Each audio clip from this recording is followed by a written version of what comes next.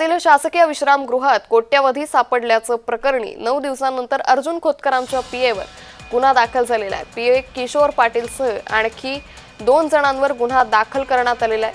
1,84,00,000 रोकड देखील सापडली होती। धुळ्यातील गुलमोहर या शासकीय विश्रामगृहात 1,84,84,00,000 रुपयांची रोकड आढळली होती। आमदारांची अंदाज समिती धुळे दौऱ्यावर असताना खोली क्रमांक 102 मधून ही रोकड सापडली होती।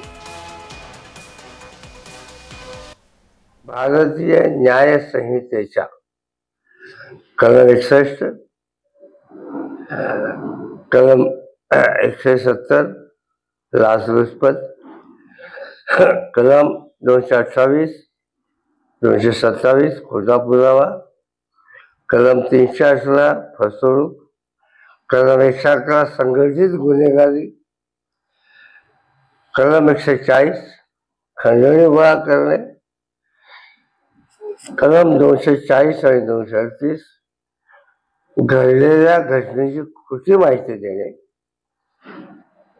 238 पुरावा नष्ट करणे, ही एवढ्या कलम त्यांना लागतात।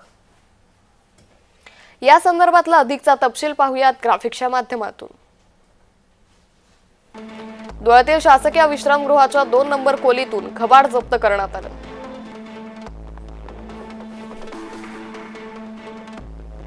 खोलीत मोठी रक्कम असल्याचं सांगत अनिल गोटेंच्या खोली बाहेर पहारा ठेवण्यात आला। पोलीस आणि महसूलच्या अधिकाऱ्यांकडून पंचनामा करण्यात आला। खोलीचं कुलूप तोडून तपासणी करण्यात आली। खोलीतून 1,84,84,00,000 रुपये जप्त करण्यात आले। समितीतील आमदारांना देण्यासाठी पैसे आणल्याचा अनिल गोटेंचा आरोप आहे। अंदाज समितीचे अध्यक्ष अर्जुन खोतकरांनी सर्व आरोप मात्र फेटाळून लावले।